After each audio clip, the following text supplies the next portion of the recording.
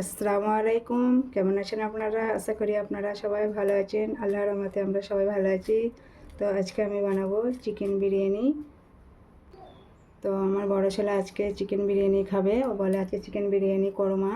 সেই জন্য আমি আজকে চিকেন বিরিয়ানি করব। তো এখানে কি মশলা নিয়েছি তো এখানে বিরিয়ানির মশলা নিয়েছি, কি নিয়েছি দেখাচ্ছি আপনাদের। এটা হচ্ছে জয়ফল, আর এটা হচ্ছে ছোটো এলাচ, এখানে আছে লং, দারুচিনি আছে, সাদা গোলমরিচ আছে এই যে, আর এখানে আছে এটা হচ্ছে কাবাব চিনি,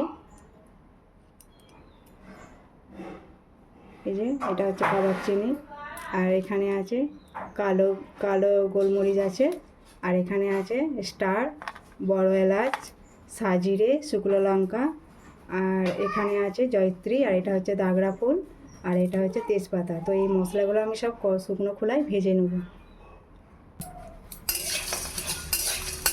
সব মশলা আমি শুকনো খোলায় দিয়ে দিয়েছি। এবার আমি হালকা করে এটা একটু গরম করে নেব। তো এবার আমি আলুগুলো সিদ্ধ করে নেব।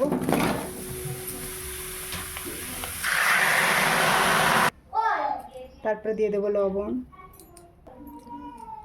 এটা হচ্ছে জাফরান, অল্প দিয়ে দেবো, দিয়ে ভালো করে নেড়ে নেব। 10 মিনিট সিদ্ধ করে নেব। 10 মিনিট হয়ে গেছে। আলুটা আমি বেশি ভাপ দেবো না, অল্প আমি নামিয়ে নেব। এবার কড়া গরম হয়ে গেছে, এবার দিয়ে দেবো সাদা তেল।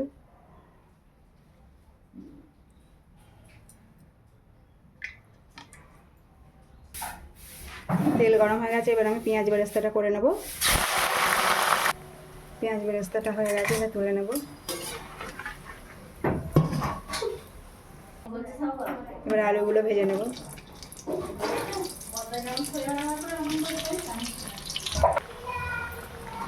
আলু ভাজাটা হয়ে গেছে, এবার নামিয়ে নেব।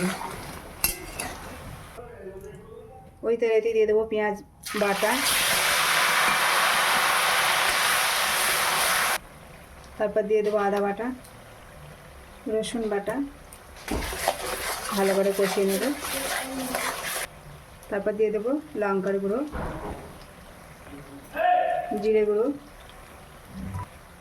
ধনে গুঁড়ো,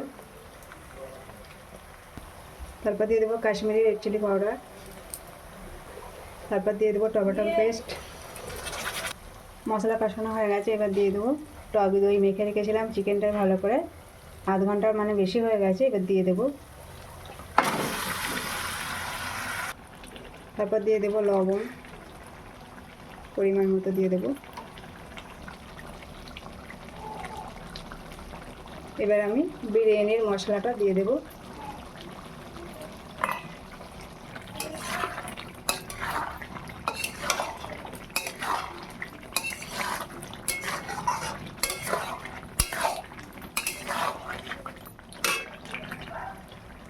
এবার চিনি অল্প দিয়ে দেবো। চিকেনটা আমার হয়ে গেছে, এবার আমি এটাকে নামিয়ে নেব।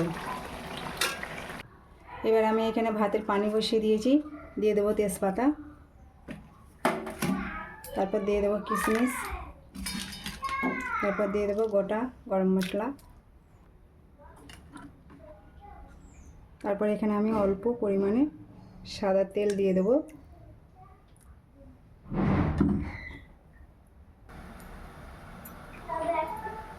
পানি ফুটে গেছে, এইটা 1 ঘন্টা আমি চালটা ভিজিয়ে রেখেছিলাম। এবার দিয়ে দেবো বিসমিল্লাহ।